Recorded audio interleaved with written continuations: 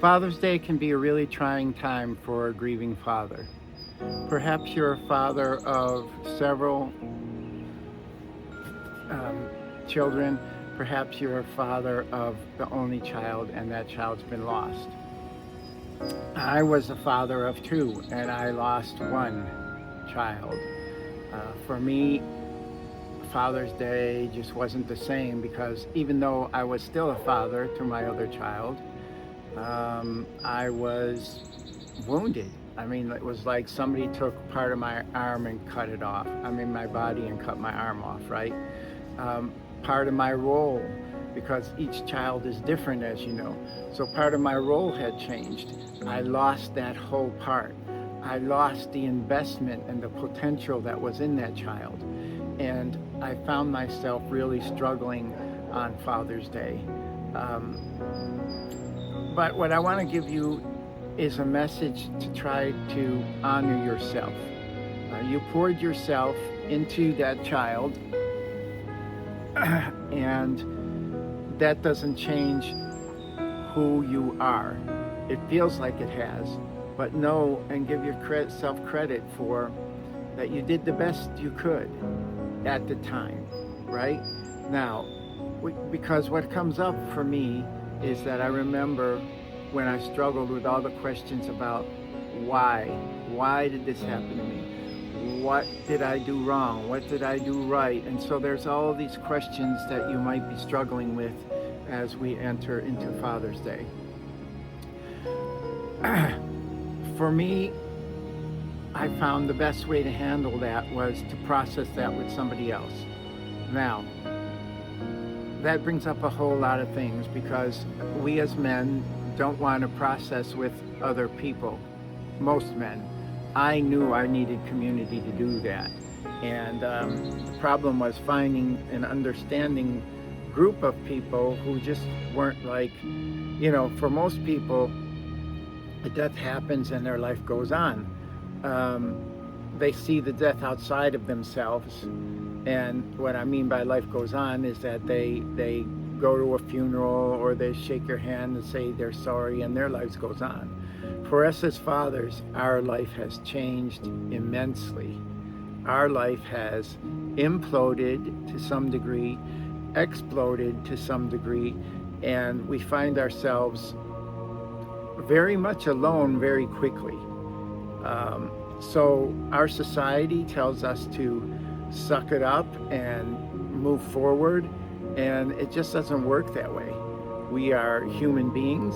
We are built to emote.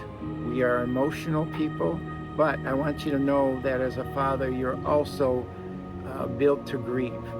As human beings, we are given the uniqueness of grieving that many other species don't have. Most don't, okay? So, if you're a dad on Father's Day, you have a responsibility to your family, and that's to get help. A lot of men will just compartmentalize or try to shut it down and tough it out because that's how we're trained in society to be. That's not the way I believe from my experience and from my clients that it should be done. From my experience, it takes processing with other men that are there for you and will hear you. Not like just say, oh, well, that must be really tough. No, somebody who sits with you and hears you, and you know what I'm saying, because you have other conversations where men hear you, and you know how that feels inside of you, all right? So I don't have to tell you that part, okay? And even though we're trained to, be tough and tough it out, for most men,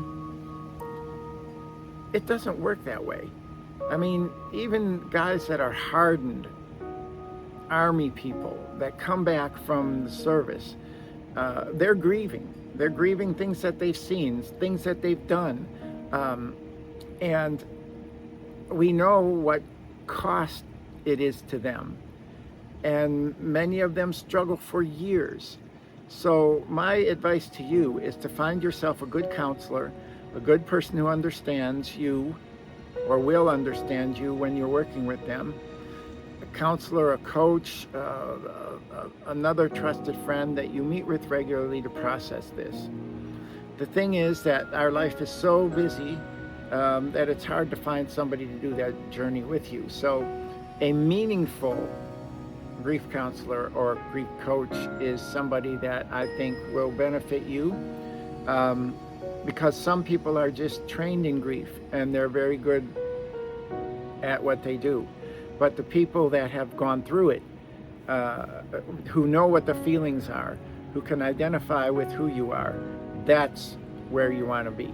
That's the person you want to process this with. And as Father's Day comes up, that's a gift you can give to yourself.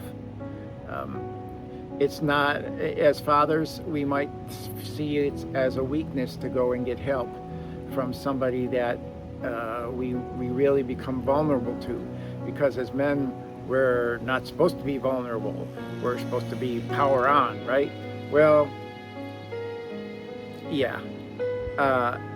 How often does that work for you in your life? That's a question for you to answer.